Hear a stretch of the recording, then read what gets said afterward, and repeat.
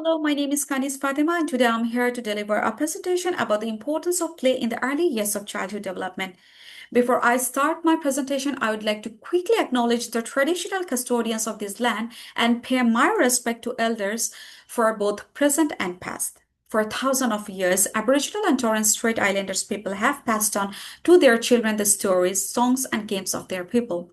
According to the Early Years Life Framework, this knowledge still influences our educational paradigms today. I would like to quickly move to the next slide where I would like to talk about what is play. Play is not a break from learning, rather, play is an opportunity to learn. According to Robinson and his colleagues and the Early Years Learning Framework 2022, play is defined as joyful, vigorous, purposeful, and most importantly, is spontaneous and initiated by the child. When children pretend to cook or serve food, construct with blocks, and dress up like superheroes, they are not just playing, they are actually engaging themselves in problem solving, sustaining focus, and learning social collaboration. And this is the way children learn about the world. I will now explore how children actually learn through play. The Early Years Learning Framework describes how play interrelates with learning. Play helps children to gain self confidence, face difficult tasks, and improve their holistic well being.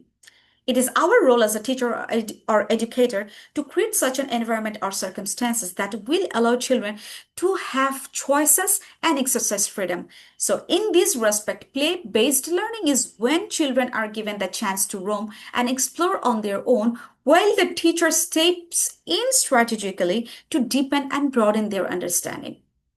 To obtain a better grasp of play, I would like to share my critical reflection. And here, I would like to say that different theories give us different ways to try to understand the level of complexity of play. And each has something of value to add, but they're still incomplete, I feel. For example, Piaget's account of play in the different stages of development is helpful, if not lacking, in describing social and cultural aspects.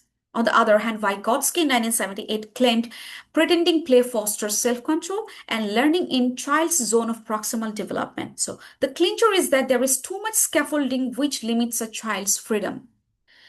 And Parton's work on the stages of social play, which included the formation of a group as well as the breakdown of a group, is useful for describing. However, I felt her work tends to describe more than explain.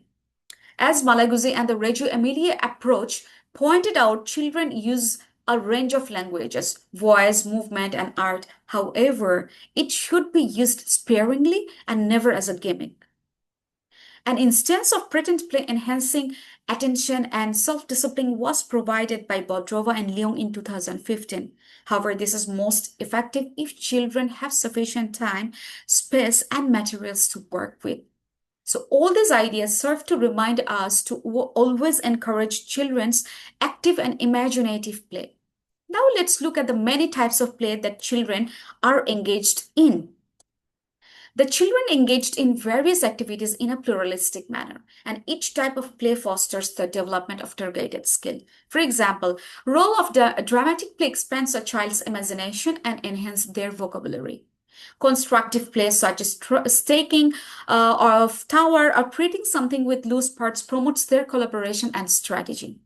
On the other hand, risky play such as climbing and balancing activities that boost their self-confidence and risk assessment abilities, pointed by Sandsitters research in 2009.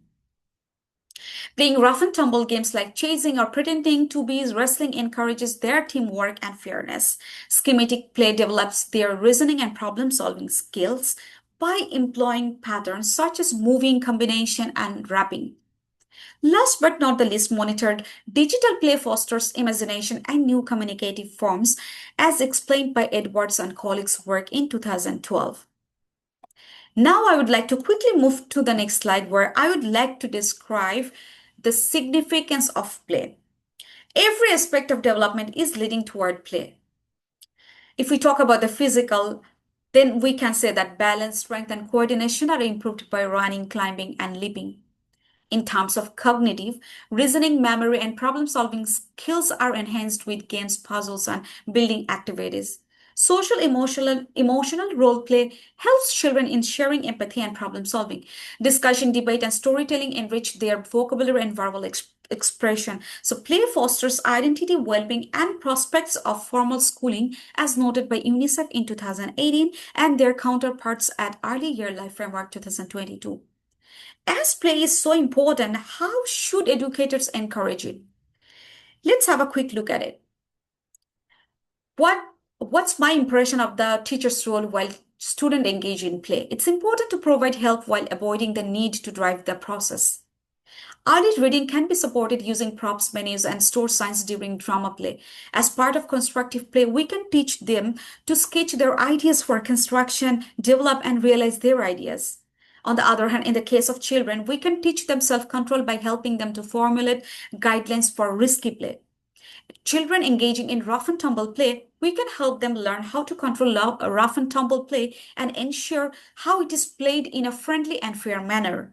In a case of patterned schematic play, we might say, I see you are carrying things into and out of the space. We might add new materials too. So all these practices incorporate the early years life framework outcomes, well-being, agency and belongings, as well as the National Quality Standard Quality Area 3 environment as the third teacher to a set of practices outlined by the Australian Children's Education and Care Quality Authority in 2022 and that are related to how children's play is supported. These approaches are governed by professional norms. I would like to explore the concepts and ethics that influence how we employ play in education. In this slide, I will be discussing all this. So, how we use play in education is shaped and defined by our professional frameworks. From the Earliest Life Framework 2022, the importance of play framework states the playing self is critical to identity, agency, and well-being. The National Quality Framework QA3 states environments must be sustainable, inclusive, and safe. The ECA Code of Ethics and Professional Conduct noted every child has a right to play. The Reggio Emilia approach captures the importance of family involvement, documenting learning and the environment as the third teacher. So these ideas are based on Edwards and colleagues' research as well as Malaguzzi's articles.